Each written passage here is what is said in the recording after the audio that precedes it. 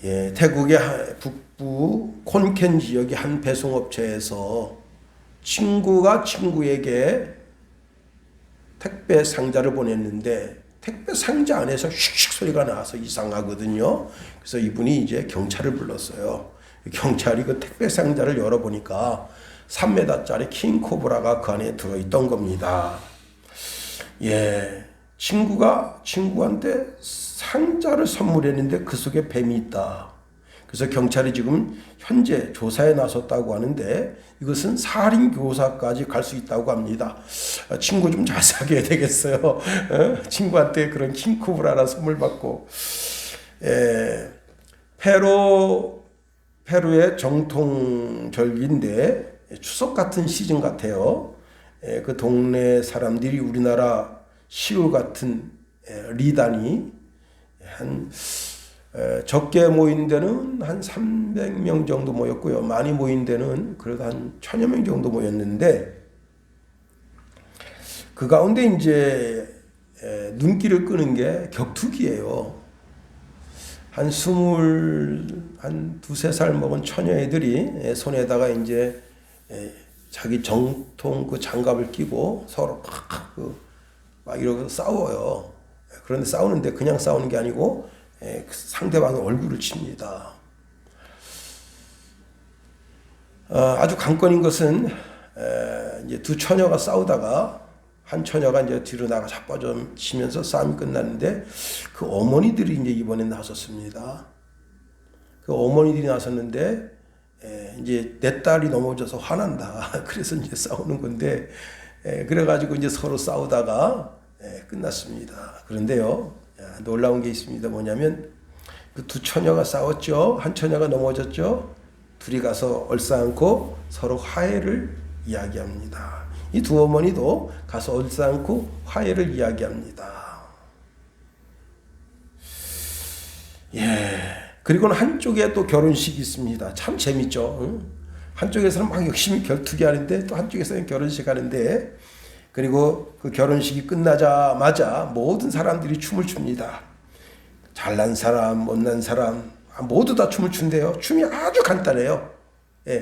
네 박자 앞으로 갔다 이게 춤이에요. 이게 계속 이렇게 그 음악에 맞춰서 애도 어른이고 뭐 다 그냥 저도 제가 춤추는 거 봤어요? 못 추잖아요. 제가 몸치라.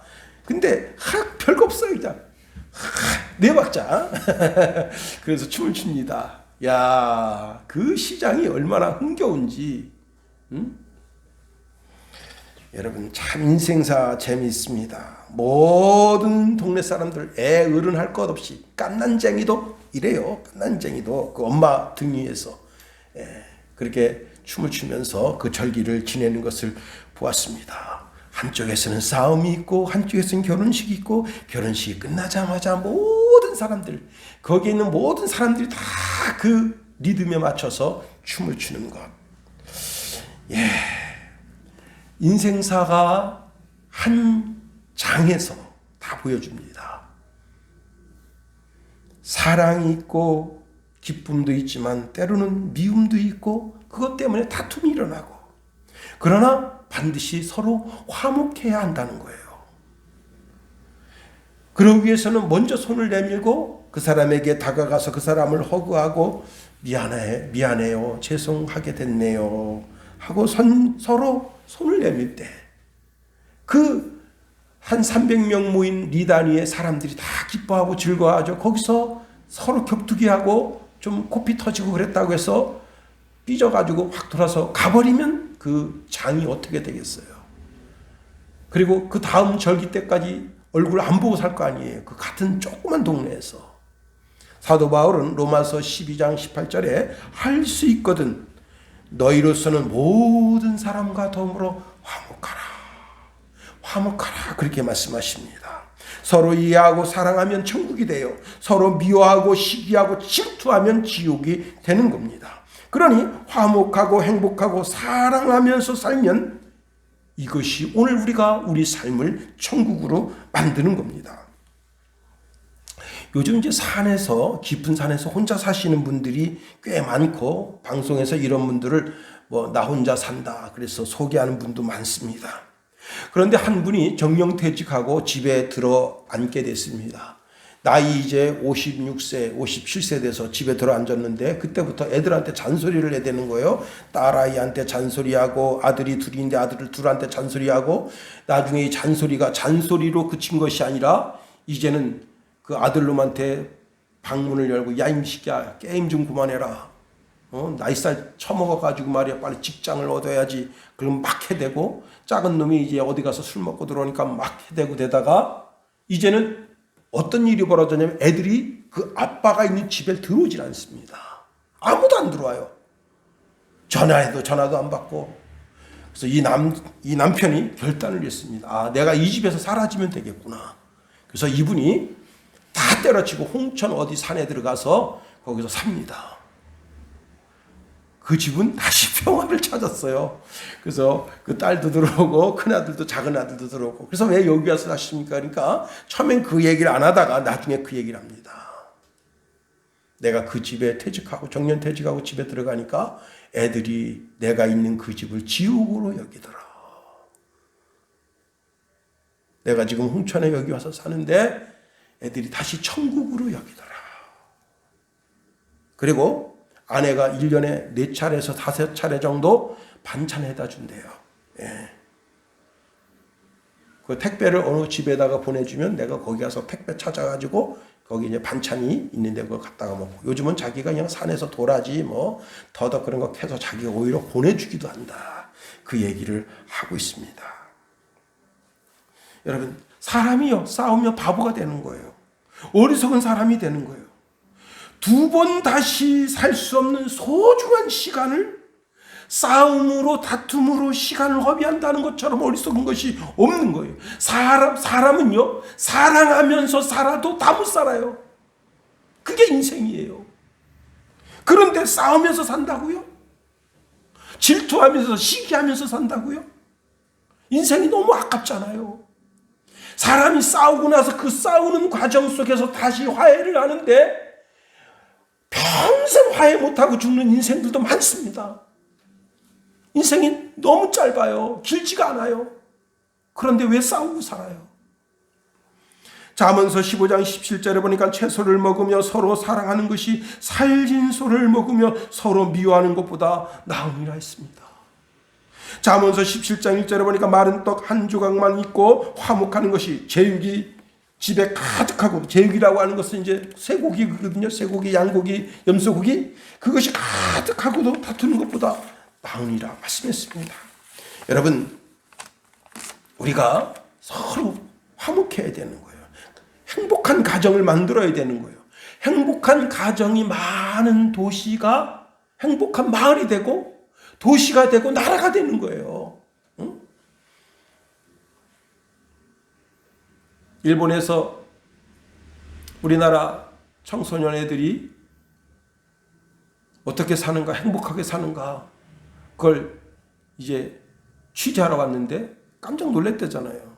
대한민국 어린 중고등학생들이 너무 행복하게 사니까. 영국에서도 정말 대한민국이 치안이 좋고 도덕이 없는가. 그래서 그런 걸 또 뭐 우리는 뭐 와서 영국 그런 걸 연구하고 취재해 갔는지도 모르는데 벌써 취재해 갔는데 18년도인가 그때 취재해 갔는데 유모차를 그 도로 한 중간에 놔뒀는데 사람들이 어떻게 반응하는가, 영국 사람이 어떻게 반응하는가. 영국 사람 신사나라잖아요. 젠틀맨 다 거짓 뻥이에요. 뻥. 있든 말든 신경도 안 써요. 한국은 그렇지 않습니다. 한국은 젊은이가 옷은 좀 남루하게 입었더라고. 근데 막 차를 막 세웁니다. 그리고 뛰어 들어가가지고 유모차를 딱 보는데 유모차에서 아기가 오는데 아기가 가짜예요. 왜냐하면 그렇게 진짜 아기 놔두면 큰일 나잖아요. 그 영국 그 BBC인가요? 거기서 깜짝 놀라는 거예요. 어찌 이럴 수가 있냐. 영국은 반응도 안 합니다.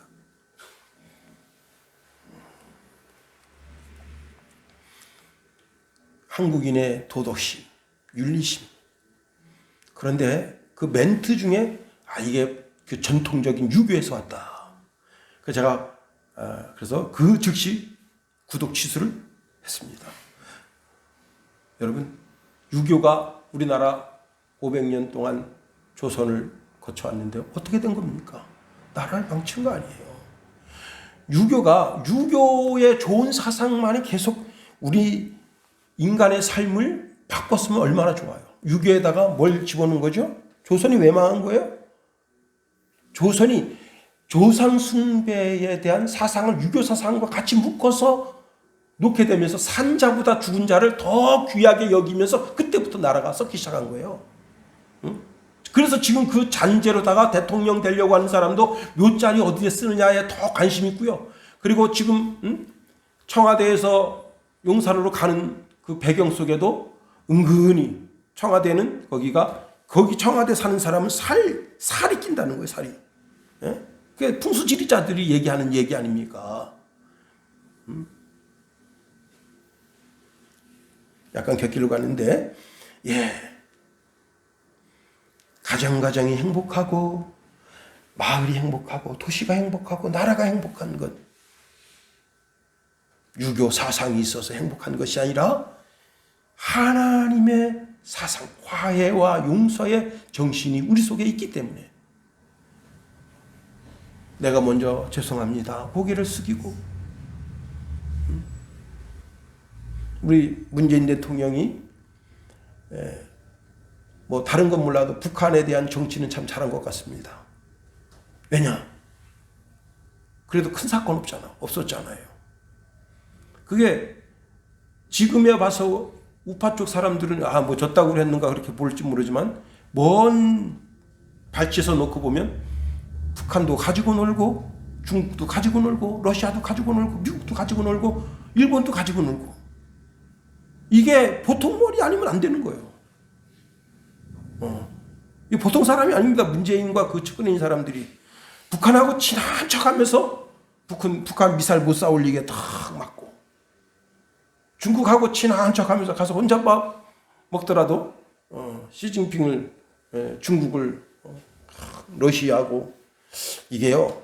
지금은 몰라요. 먼 발치에서 보면 우리 윤석열 대통령 당선자가 또 어떻게 할지 모르겠지만은 너무 강경책으로 나가는 것만이 좋은 것은 아니에요. 늘 우리나라가 행복하고 편안하고 전 세계가 다 행복하고 편안하게 그렇게 할 수 있는 참된 지혜가 그 속에 있어야 되는 겁니다. 자, 오늘 본문으로 가봐요. 참 아픈 역사를 그리고 있습니다. 야곱은 12아들입니다. 12아들이 10지파를 이루게 됐는데 그 12지파 중에 한 지파가 쓰러져서 아예 없어지게 된 판국이 일어난 것이 오늘 본문의 말씀입니다. 그런데 이 이스라엘 11지파가 이 베냐민 지파를 완전히 다 없애버린 거예요. 가정을 다 박살내버린 거예요. 가정을. 그 베냐민 성에 있는 모든 사람 다 죽인 겁니다. 어른 할 것 없이 다 죽인 거예요. 가정을 파괴한 거예요. 가정이 행복의 가장 기본적인 단위인데 가장 기본적인 행복의 단위를 다 죽여버린 거예요. 동물이고 뭐고 집이고 뭐고 다 파괴시켰습니다. 하나님이 에덴 동산에서 뭘 만드셨는 줄 알아요? 가정을 만드셨어요. 그 가정을 파괴한 거예요. 가정 파괴범 11지파가 그런 못된 짓을 한 겁니다. 자, 이제 남은 것은 아무것도 없어요. 다만 도망가서 생명을 부지한 600명이 람몬 바위에 숨어 있습니다. 그들이 거기서 덜덜 떨고 있어요. 자기 아내가 죽고 자기 남편이 자기 아버지, 자기 어머니, 자기 아내가 죽고 자기 자식들이 다 죽은 거예요. 자, 그래도 화가 풀리지 않아서 연합군 36만 명이 미스바에 모여서 소리 지르면서 뭐라고 다짐했느냐. 우리 중에 누구든지 딸을 베냐민 사람에게 아내로 주지 아니하리라 하고 맹세한 겁니다. 그게 무슨 얘기예요? 이 엄청난 저주의 이야기를 내쏟고 있는 겁니다. 한 지파가 완전히 망했는데 그 망한 그 지파에 대해서 분이 풀리지 않아서 딸을 안 주겠다. 가정을 다 박살내놓고 딸을 안 주겠다. 그 이야기가 무엇입니까? 이 베냐민 지파를 이 지구상에서 아예 없애버리겠다. 그런 뜻이에요. 이들이 다시 이제는 베델로 올라갔습니다. 베델에 뭐가 있죠? 성막이 있습니다. 성막. 하나님의 궤가 있어요. 하나님의 궤가. 제사장이 와 있고 하나님의 궤가 있는데 거기서 대성통곡하면서 하나님의 궤를 바라보니까 감정이 조금 풀렸어요. 아, 우리가 잘못했구나. 그래서 뭐라고 했습니까? 이스라엘 하나님 여호와여, 어찌하여 이스라엘에 이런 일이 생겨서 오늘 이스라엘 중에 한 지파가 없어지게 하시나이까 외치면서 밤새도록 통곡하면서 울었어요. 그 밤새도록 통곡하면서 우는 그 울음소리가 하늘을 흔들었어요. 자, 이들이 회개의 통곡이 아침까지 계속되면서 날이 밝아오니까 일제히 제단을 쌓고 태워드리는 번제와 그리고 화목제를 하나님께 드렸습니다. 그리고는 그들이 서로 물었어요. 여호와 앞에 올라오지 아니한 자가 누구냐? 이 전쟁에 참전하지 않은 자가 누구냐? 하고 물었습니다. 그때에 한 지파가 올라오지 않았는데 그 지파를 또 진멸하러 간 겁니다. 자, 이스라엘 사람들은 자기 친척인 베냐민 지파 사람들이 멸절되게 돼서 가슴 아파하면서 오늘 이스라엘 중에 한 지파가 끊어졌도다. 그 남은 자들에게 우리가 어떻게 하면 아내를 얻게 하리요? 우리가 전에 여호와로 맹세하여 우리 딸을 그들에게 아내로 주지 아니하리라 하였음이라 말했다는 거예요. 여기서 아주 중요한 단어, 오늘 본문 1절부터 7절에 중요한 단어가 맹세라는 단어입니다. 맹세. 1절 중간절에 보면 이스라엘 사람들이 미스바에서 맹세하여 그랬어요. 5절 말씀에 보면 하반절에 보니까 그들이 크게 맹세하여 미스바에서 여호와 앞에 이르지 아니한 자는 반드시 죽일 것이라 하였습니다. 7절에도 나옵니다. 7절 하반절에 보면 우리가 전에 여호와로 맹세하여 우리 딸을 그들에게 주지 아니하리라 하였도다. 예, 맹세라고 하는 게 뭐냐?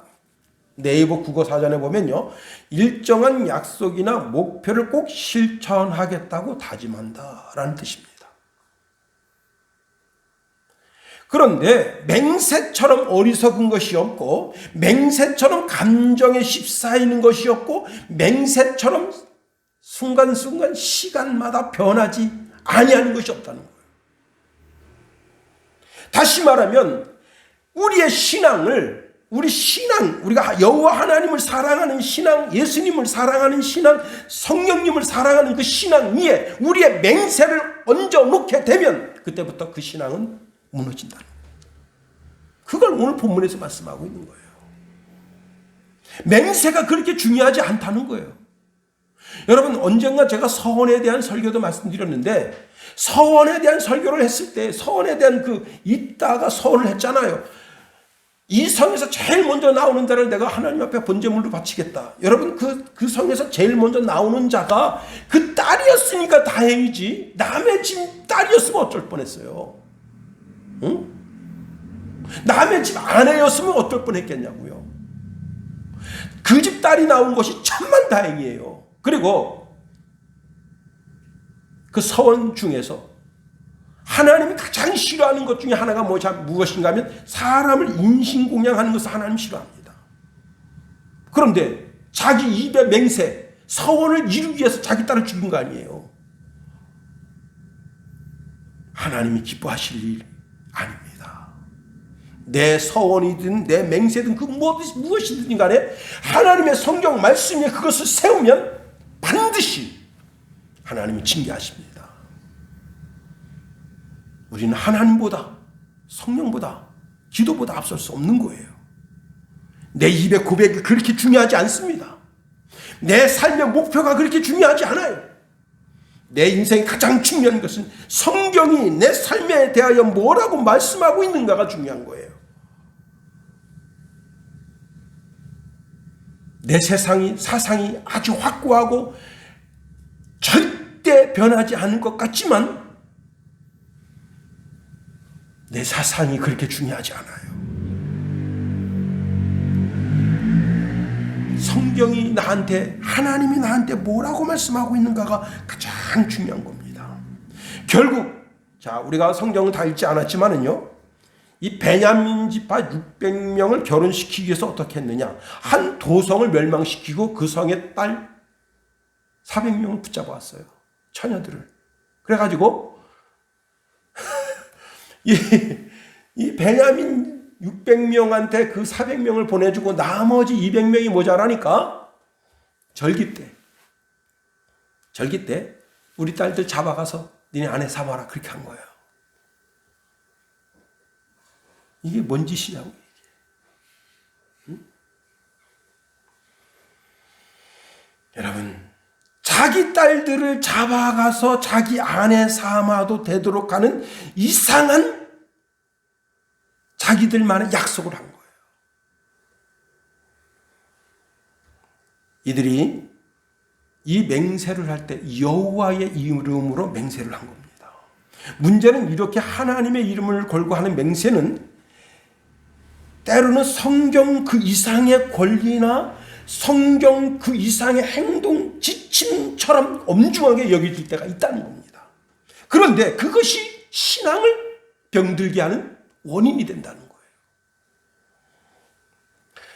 이들은 이 두 가지, 즉 베냐민 사람에게 우리 딸을 주지 않는다는 맹세와 여호와의 이름을 걸고 맹세하고 이 전쟁에 참여하지 않은 모든 사람들을 죽인다는 맹세를 걸면서 한 성을, 그 성은 그렇게 악행을 저지른 것도 아니에요.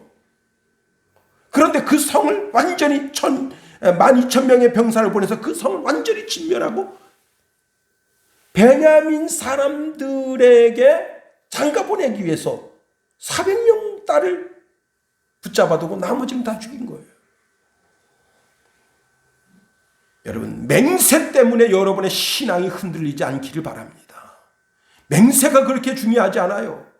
하나님의 말씀이 중요한 거예요. 내가 하나님 말씀에 서지 못하니까 쓰잘데없는 맹세로 내 신앙을 세우는 겁니다.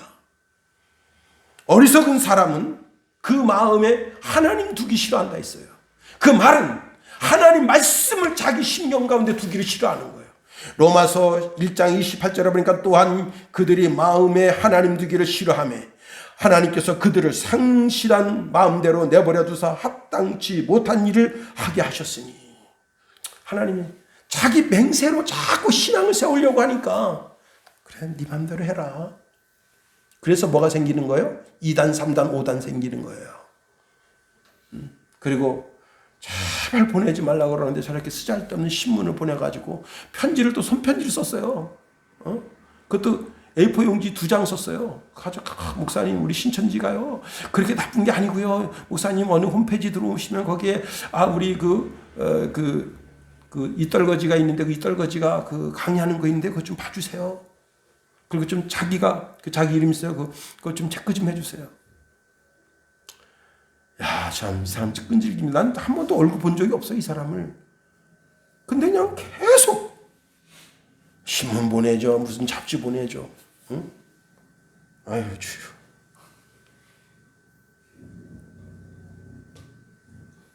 하여튼 오늘 본문에 있는 말씀을 통해서 세 가지를 한번 살펴보려고 합니다. 첫 번째는요, 이 맹세의 시작은 하나님의 언약에 기초된 것이 아니라 분노의 감정에서 시작됐다는 겁니다.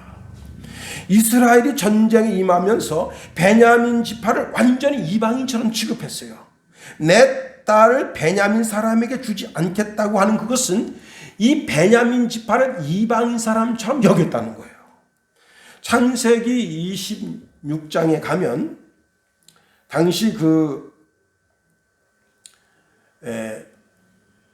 에서가 장가를 드는데 어떻게 장가를 갔는가 하면 헷 족속 브릿의 딸 유딧과 헷 족속 엘론의 딸 바스맛을 아내로 맞았습니다. 그런데 아버지가 기뻐하지 않아요. 그 두 딸을 데리고 왔는데. 근데 에서는 막 들 사람이라서 세상에 막 여기저기 막 말 타고 다닙니다. 활 쏘고 다니고 동네 어떤 껄렁페이스 가서 족패기도 하고 얻어맞기도 하고 남자답게 살아요. 그러니까 밖으로 막 싸돌면서 살기 때문에 신앙이 뭔지 몰라. 그런데 어머니 아버지가 두 며느리가 딱 들어왔는데 보니까 하는 짓이 다 뭐냐, 우상을 철두철미하게 숭배하는 그런 삶을 살아요. 그래서 영 마음에 들지 않아요. 그러는 가운데 이제 야곱을 삼촌 라반의 집으로 보내게 됩니다. 그때 아버지가 야곱을 불러서 충고하듯이 말합니다. 창세기 28장 6절에 보면 거기서 아내를 맞이하게 하였고 또 그에게 축복하고 맹세하기를 너는 가나안 사람의 딸 중에 아내를 맞이하지 말라. 두 번이나 거듭해서 또 어머니도 이야 가나안 사람 중에서 아내를 맞이하지 말아라. 그러면서 성경 더 얘기는 없지만 너 형님을 봐라. 너 형님을 봐라. 저 이방 여자 저렇게 갖다가 애를 집에다 두니까 집이 우상단지 됐지 않았냐. 저는 하나님 법 못 받는다. 그래서 그렇게 말하는 것을 아버지가 야곱을 불러서 그렇게 얘기하는 걸 딱 듣고 에서가 눈치 딱 챈 거예요. 아, 우리 가정이 뭐가 좀 되려면 하나님 섬기는 집에서 아내를 얻어야 되는구나. 그래가지고 야곱이요 책강 눈치채고 그 다음에 어떻게 했느냐, 다시 아내를 맞이하는데 이제 그 아브라함 계보 쪽에서 이렇게 해서 거기서 이제 한 여자를 얻어서 자기 아내로 삼습니다.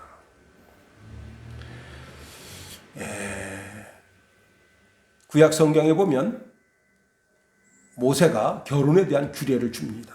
신명기 7장 2절에서 4절까지 말씀해 보면 내 하나님 여호와께서 그들에게 내게 넘겨 내게 차지하시리라. 내게 넘겨 내게 치게 하시리라. 그때에 너는 그들을 진멸할 것이라.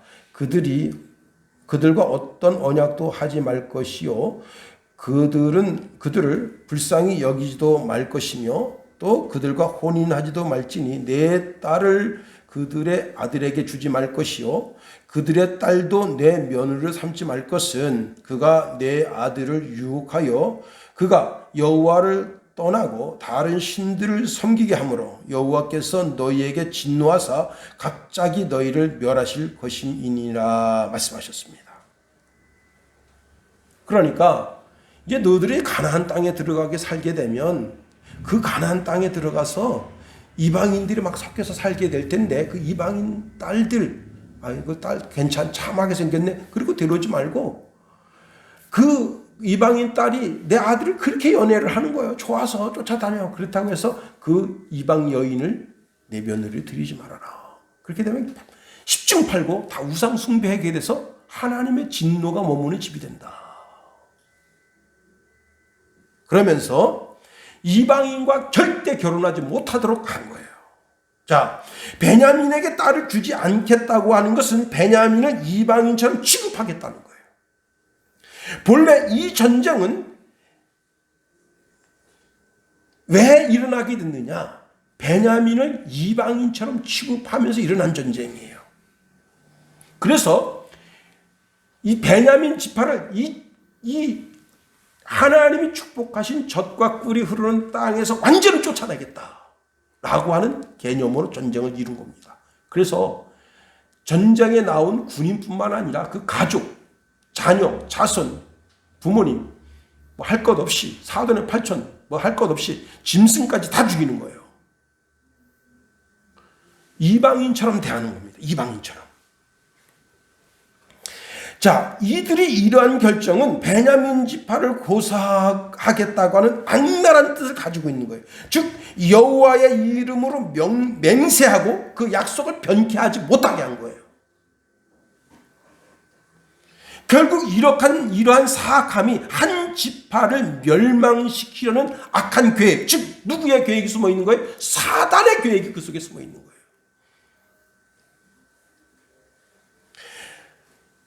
아브라함이 하나님의 명령을 따라서 가나안 땅에 들어왔습니다. 들어오자마자 기근이 생겼어요.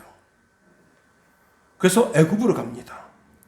자, 애굽에 이르러 아브라함의 자신의 영 속에 사단이 들어가서 거짓을 지어냅니다. 그 거짓이 무엇이에요? 자기 아내 보고, 야, 당신 너무 아름다워요. 이집트 사람들이 당신을 보면, 야, 저 여자는 저 아브라함의 아내다. 저 아브라함만 죽이면 저 여자를 내 여자로 차지할 수 있어. 이렇게 할 게 뻔합니다. 그러니까 누가 물어보고들랑, 아우, 나는 저 아브라함님의 여동생이에요. 이렇게 말해주시면 당신도 살고 나도 살아요. 참 지혜롭죠? 그러니까 리브가가 예, 그런 거예요. 아브라함 생각 속에 이 생각을 넣어준 게 누구예요? 사단이란 말이에요. 사단의 생각. 사망이 이르게 하는 생각. 사탄은 본래 거짓말장이라 했어요. 거짓 사상, 거짓말을 아브라함이 하나님의 사람인데도 불구하고 술술술술 잘해요. 그러면 거짓말의 아비가 있다 그랬어요. 거짓말의 아비가 누구예요? 바로 마귀입니다. 마귀가 나를 쓰는 거예요. 내 생각을 쓰는 거예요. 내 사상을 쓰는 거예요. 하나님이 아브라함의 삶에 간섭하지 않았다면요, 그는 이집트에서 그냥 가는 거예요. 여러분, 파라오를 속였어. 그래서요, 하나님 간섭하지 않은 상태에서 이 리브가가 정말 파라오의 아내가 됐다고 생각하자고요. 자, 그래서 한 1년 거기서 양 농사를 잘 져요. 양도 짓고 소도 크게 되고 사슴도 뭐 크게 되고 뭐 노루도 크게 되고 엄청난 부자가 됩니다. 근데 사람들이, 여러분, 자기 과거를 속일 수는 없어. 사람들이, 가나안 땅인 사람들이 딱 와서 보더니, 아니 아브라함, 당신 아내 왜 파라오의 아내가 됐어? 이렇게 물으면 거기 있는 사람들이 말은 잘 안 통해도 표정을 보고 읽는 거 아니에요. 뭔가 있구나. 그래서 그 사람 불러서, 아브라함과 조금 전에 무슨 얘기했느냐? 그러면 다른 건 모르겠고, 아니 어떻게 파라오 아내가 원래 아브라함 아내였는데 어떻게 파라오 아내가 됐죠? 다 들어가 보세요. 어떻게 되겠습니까? 파라오가, 야, 아브라함과 그 모든 거 다 진멸하라. 끝나는 거예요. 거짓의 영은 그와 같은 겁니다. 거짓말을 통해서 그 거짓의 영이 임하는 곳에는 반드시 뭐가 임하는 거예요? 사망이 임하는 거예요. 사망. 죽음이 임하는 거예요. 그런데 하나님께서 어떻게 하셨습니까? 간섭하셨어. 거기서 꺼내주신 것뿐입니다. 에스더서에 보면 하만이라는 사람이 있어요. 하만이라는 사람이 자기가 이제 궁에 들어갈 때 거기 모르드게라고 하는 문지기 놈이 있는데 자기한테 고개도 끄떡하지 않아요. 다른 놈들은 엎드려서 절을 하면서 자기한테 인사하는데 이 모르드게라는 놈은 아주 그냥 싸가지가 없는 놈이야. 자기한테 고개도 끄떡하지 않고 딱 그냥 하고 고개도 끄떡하지 않아요. 그러면 이렇게 마음이 불편하면, 그래서 이제 알아본 거예요. 저놈이 어떤 놈이기에 그렇지 보니까 유다 놈이야. 그러면요, 자, 자기가 그래도 한나라 총리니까 그 밑에 공무원 계통 쭉 밟아가지고, 야, 그놈 딴 데로 좀 정금 보내라. 정문에 있지 못하게 하고 저 북문에 가서 지키게 하라. 그러면 되잖아. 그런데 하만이 어떤 생각을 품은 거예요? 악한 생각을 품은 거예요. 아예 유다 놈들을 다 죽여버려야 되겠구나. 그 악한 생각이 뭐예요? 그 생각의 근원이 어디라 그랬어요? 마귀입니다. 사단이에요. 사단은 늘 죽이려는 생각을 가지고 있는 거예요. 그런데 이 하만이라는 사람이 어느 족속 사람인가 하면 아말렉 족속이에요. 아말렉 족속. 응? 아말렉 족속이어가지고 그 사울이 하나님의 명령을 따라서 아말렉 족속을 진멸했더라면 아무 문제 안 생기는데 그 고위직 공무원들을 그 왕과 그 고위직에 있는 공무원도 살려주고 그렇게 하면서 어떻게 저렇게 살아난 그 찌끄럭지가 이렇게 지금 바벨론 나라에 와서 총리가 된 겁니다. 참 이게요, 역사가 되게 무서운 겁니다. 하나님 명령 따라서 그때 딱 깨끗하게 처벌했으면 아무 문제 안 생겨요. 그런데 하나님 명령 따라서 깨끗하게 처벌하지 않으니까 나중 후세에 그때 베푼 인정 때문에 자기 후손들이 고통을 겪는 겁니다. 그래가지고 12월 13일 바벨론 나라 전체에 있는 유다인들 다 죽이도록 명령 내린 거 아니에요.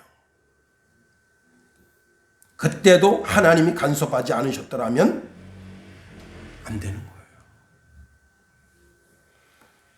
여러분, 마귀는 사람 속에 있는 감정을 부추겨서 그 감정이 결국은 하나님 말씀 위에 서게 하고 그 말씀 위에 선 그 말이 그 사람의 삶을 이끌어 가도록 만든다는 거예요.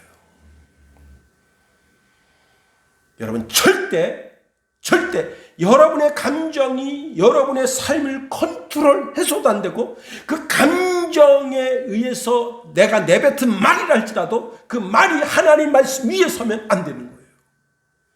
그리고 사람이 하룻밤 자고 일어나면 어젯밤에 내가 말 실수한 것에 대해서 깊게 생각하고 그 말을 거둘 수 없다고 사람들은 말하지만 당당하게 선언해야 돼요. 내가 그때 실수했다.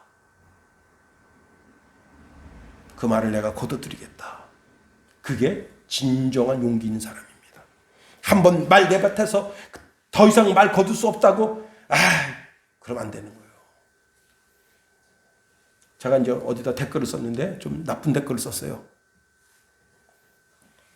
그랬더니 어떤 사람이 거기다 댓글을 썼더라고. 반대 댓글을 썼어요. 쭉 썼는데 좀 제법 글을 크게 썼어요. 한 대여섯 줄 썼더라고요. 제가 어떻게 했겠습니까? 그분한테 그 당신의 말씀을 들으니까 제가 잘못 생각한 것이 있고 생각이 짧네요. 제 댓글을 지우겠습니다. 지웠습니다.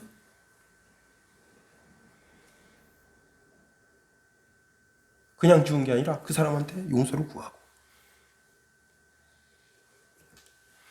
잠언서 12장 13절에 보니까 악인은 입술의 허물로 말미암아 그물에 걸려도 의인은 환난에서 벗어나느니라.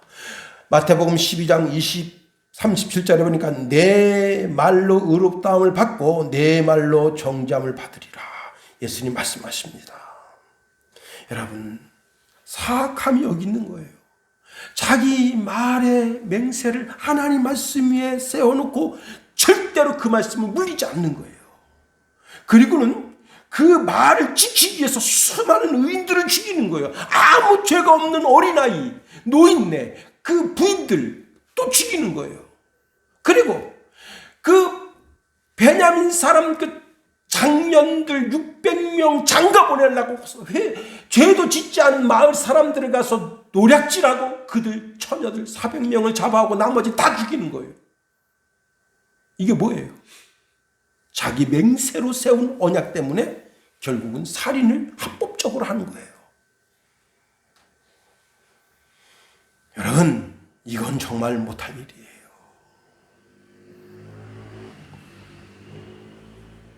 만일 이때 이 600명이 지혜롭게 도망가서 살았으니 망정이지, 만일 이 600명이 거기서 이 이스라엘 군대하고 맞서서 다 진멸했으면 이들은 하나님을 대적자로 삼은 거예요.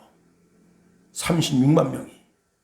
이스라엘 36만 명이 하나님을 스스로 대적자로 삼은 것이라고. 왜냐? 성경을 이루지 못하게 하거든. 우리가 24장로 그러죠? 24장로 중에 12장로가 12지파의 아들들입니다. 그러니까 우리가 12장로가 뭐냐면 예수님의 12제자가 12장로예요. 그 24장로가 구약의 12지파, 신약의 12제자, 그게 24장로예요. 만일 그들이 베냐민 지파를 완전히 멸절시켰다면 성경을 이루지 못하게 하는 거예요. 하나님께 대한 어마어마한 큰 불중을 저지르는 거예요. 출애굽할 때도 이들이 성막을 중심으로 신앙생활을 하는데 성막이 그 정중앙에 있고 세 지파 씩 이렇게 12지파를 형성하고 있는 거예요. 그리고 이 베냐민 지파가 어디에 나오느냐? 계시록에 나옵니다.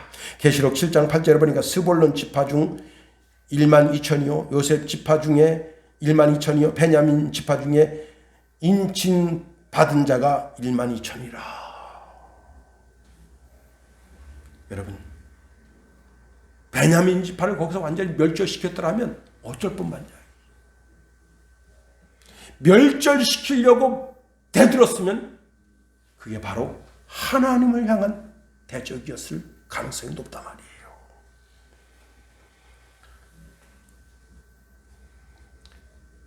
계시록 말씀해 보면 하나님께서 하나님의 천사들 4명을 세상에 보내십니다. 세상에 어마어마한 바람이 불어요.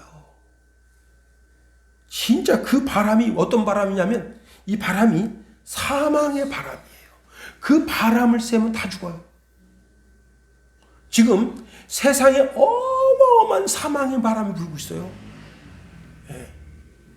그 사망의 바람에 노출된 모든 그리스도인들이 다 죽습니다. 지금 코로나 때문에 교회를 안 나오고요. 제가 어떤 목사님 설교를 듣는데 막 강대상에서 울어요. 여러분들 유튜브로 예배드리면서 집에만 있지 말고 교회 나와요. 막 울어요. 늙은 목사인데, 은퇴한 목사인데, 원로 목사인데, 담임 목사가 오전 설교하고 오후 설교를 그 목사님이 하는데 그 목사님은 그 교회에서 평생 그 교회를 키웠어요. 막 울어요. 울면서 설교합니다. 눈물을 막 흘리면서 설교합니다. 안 나와요. 왜? 너무 좋거든. 집에서 유튜브로 예배드리는 게 너무 좋거든. 실시간으로 다 1부, 2부, 3부, 4부, 5부, 6부, 7부 다 실시간으로 예배드려요. 접속자 몇 명인가 보니까 136명이에요. 그 큰 교회가. 예, 10,000명 넘던 교회가. 그 교회는 성가대도 다 섰어요.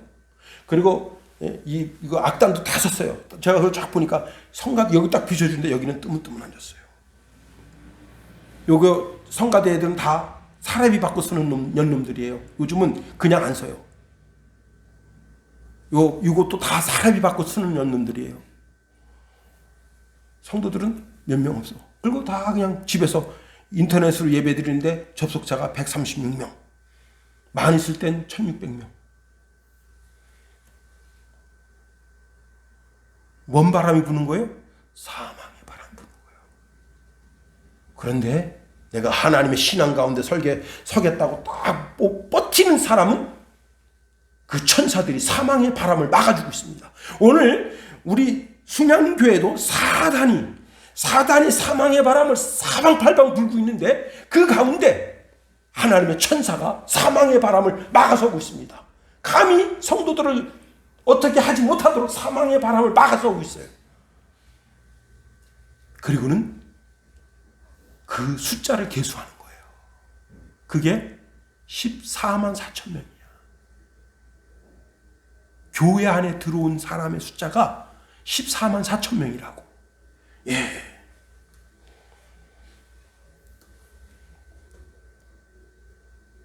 근데 이 바람이요, 하늘의 별도 움직이지 못해. 하늘의 태양도 움직이지 못해. 하늘의 달도 움직이지 못해. 다만 어디? 이 세상을 주관하는 거예요. 이 바람, 사망의 바람. 여러분 그 허리케인, 미국의 허리케인 되게 유명하잖아요. 제가 그 여인 이름을 제가 듣고도 잃어버렸는데 이 여인이 허리케인이 잘 부는 바닷가에 살아요. 그래서 그 이제 거기서 허리케인으로다가 집이 날아가니까 아예 집이 날아갈 거 예상하고 집을 건성건성 져요. 거기는. 예. 그 날아가면 또 다시 주워다가 다시 대충 짓고 집을 사는데 그렇게 2번 짓고 이제 멋진 청년을 만나서 시집을 가게 됐어요. 그래서 이번에는 허리케인이 불어오는 지역에서 장장 한 56km 정도 멀리 떨어진 데 이사를 갔습니다. 근데 시집 가서 얼마 안 있다가 그해 바람이 불었는데 허리케인이 거기까지 왔어요. 3번째 허리케인을 맞았습니다. 그래서 이제 그 남편한테 이야기합니다. 아, 나 이제 허리케인 아주 그냥 질렸다. 어릴 때부터 그냥, 아우, 진짜, 지금까지 의미 있는 허리케인을 3번 만났고, 어릴 때부터 그냥 허리케인 가지고 질려가지고, 여보, 이제 허리케인이 안 부는 마을로 가자. 그래서 안 부는 마을로, 진짜, 줄을 넘겨서 이사를 갔어요. 예. 근데 거기 가서 허리케인 또 맞았어요.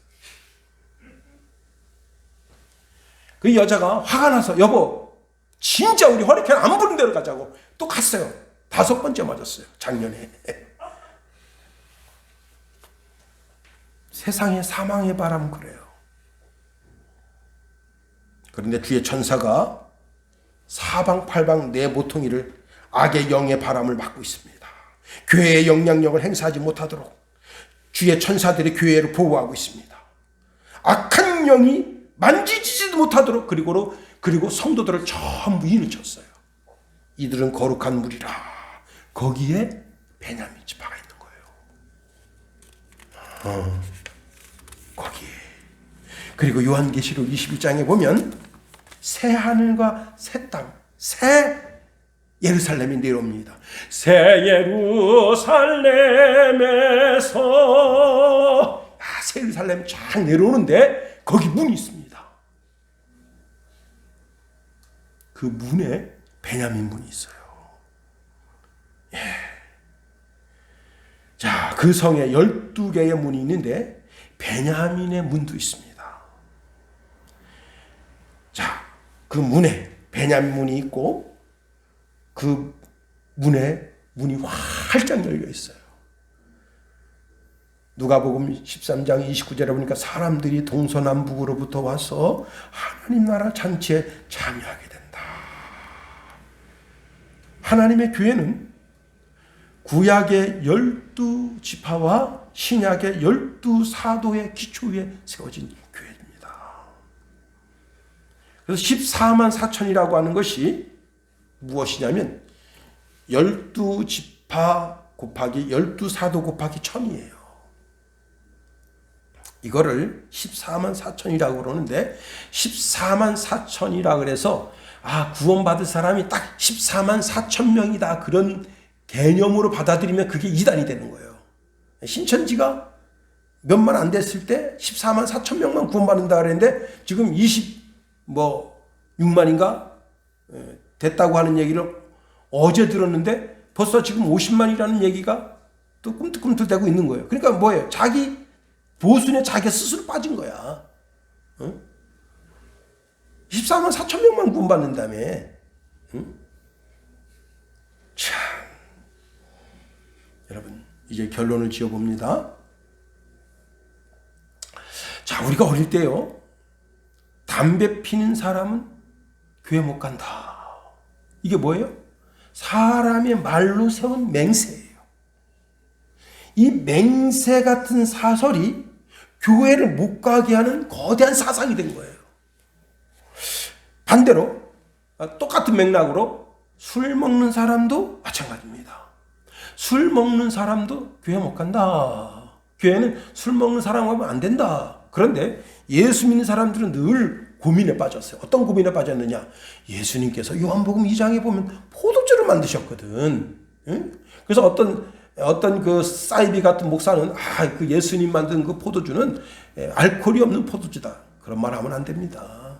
천국에 가서 어떻게 예수님 얼굴 보려고 그래요. 그리고 그 알코올 없는 술 먹고 그 사람들이 이 기가 막힌데 이런 말 안 나옵니다.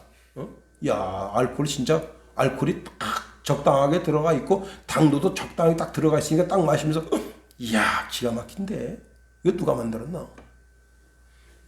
예수님을 그렇게 허접한 창조자로 묘사하면 안 되는 거예요.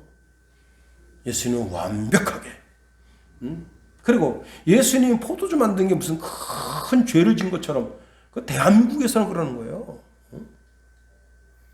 술 먹는 것도 큰 죄 짓는 거 아니고 담배 먹는 것도 큰 죄 짓는 거 아니에요. 다만 하나님 앞에서 부끄러우니까 담배 먹고 죄 짓고 술 먹고 술 취해서 죄 짓고 그러니까 삼가하고 새술인 성령에 취하려고 우리가 몸부림치는 것이지.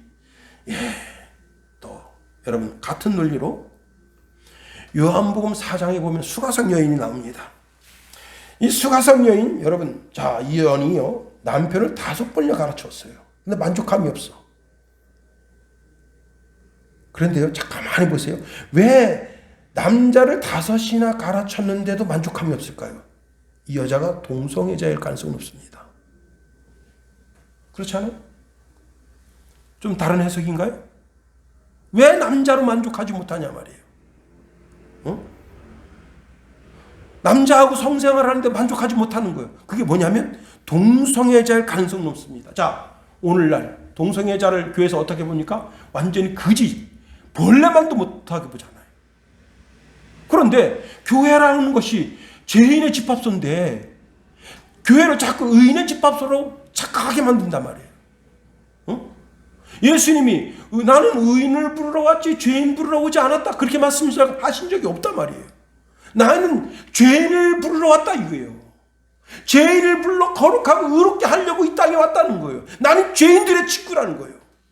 그런데 사람들 사상 속에, 생각 속에 엉뚱하고 잘못된 사상적인 맹세, 자기 삶 속에서 스스로 교회 가는 사람은 최소한 이 정도는 돼야지 하고 세운 자기의 생각, 사상적인 생각으로 세운 맹세가 오늘 교회 문을 닫고 있다는 겁니다. 그리고 교회는 정말 거룩하신 분들, 의로우신 분들로 가득 차 있어요.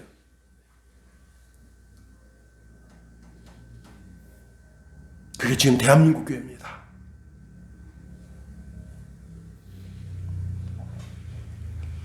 여러분, 교회에는 죄인이 오는 곳이에요. 자, 베냐민 지파가 그렇게 레위 첩 여자를 그렇게 죽여서 죄를 졌습니다. 이 40만 이스라엘 군대가 베냐민 지파를 다 몰살시키고 나서 정말 하나님의 명령, 하나님의 뜻을 이뤘다면 진정한 기쁨과 승리의 영광이 있어야 되는데 이들이 괴로워하고 있단 말이에요. 왜 그런 거예요? 하나님의 뜻과 명령을 이룬 것이 아니기 때문에 그런 거예요. 이들이 밤새 그 베델에 있는 성막 앞에서 괴로워한 거예요. 왜? 하나님 말씀을 이룬 게 아니기 때문에. 뭘 이뤘기 때문에? 자기 속에 있는 감정, 한을 풀려고 했기 때문에. 교회는 자기 감정, 한을 풀려고 하는 곳이 아닙니다. 하나님의 뜻을 이루는 곳이에요. 여러분, 지금 이스라엘이 베냐민 지파를 이겨서 거룩해졌습니까? 하나님의 뜻을 이뤄드렸나요? 성결하게 됐나요? 왜 괴로워하는 거예요? 자기 맹세에 자기 신앙을 세웠기 때문에 그런 겁니다. 오직 우리를 거룩해 하는 것은 예수 그리스도의 보혈뿐이에요. 에베소서 1장 7절에 보니까 우리는 그리스도 안에서 그의 은혜의 풍성함을 따라 그의 피로 말미암아 속량 곧 죄사함을 받았느니라. 베냐민 지파가 비록 그렇게 악한 짓을 저질렀더라도 누가 정말 지혜로운 자가 있어서 전후 좌우 상하를 쫙 따진 다음에 그 죄를 물었더라면 이렇게 큰 일이 일어나지 않았을 거예요. 이제 말씀을 마칩니다. 여러분, 우리의 신앙, 우리 입술의 고백 위에다가 우리 신앙 못 세워요. 오직 예수 그리스도를 내 신앙의 기초로 세울 때만 내 신앙이 설 수 있어요. 내 신앙을, 오늘 본문의 말씀을 생각하면서 내가 어떤 신앙생활을 해야 될 것인가 다시 한번 깊이 생각하면서 여러분의 삶의 신앙이 굳건하게 세워지게 되기를 예수님의 이름으로 축원해 드립니다. 주기도문하겠습니다. 하늘에 계신 우리 아버지, 아버지의 이름을 거룩하게 하시며 아버지의 나라가 오게 하시며 아버지의 뜻이 하늘에서와 같이 땅에서도 이루어지게 하소서. 오늘 우리에게 이러한 양식을 주시고 우리가 우리에게 잘못한 사람을 용서하여 준 것 같이 우리 죄를 용서하여 주시고 우리 시험에 빠지지 않게 하시고 악에서 구하소서. 나라와 권능과 영광이 영원히 아버지의 것입니다. 아멘.